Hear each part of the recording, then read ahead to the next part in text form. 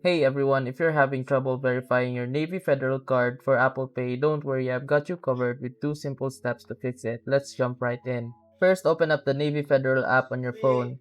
At the bottom, you'll see a contact option, just tap on that. You'll find the phone number to reach Navy Federal support team. Give them a call and let them know you're trying to verify your card for Apple Pay. They'll walk you through the process if there are any issues. If that doesn't do the trick, let's try something else. Head over to your phone settings and search for iPhone storage. Tap on that and look for the Navy Federal app in the list of apps.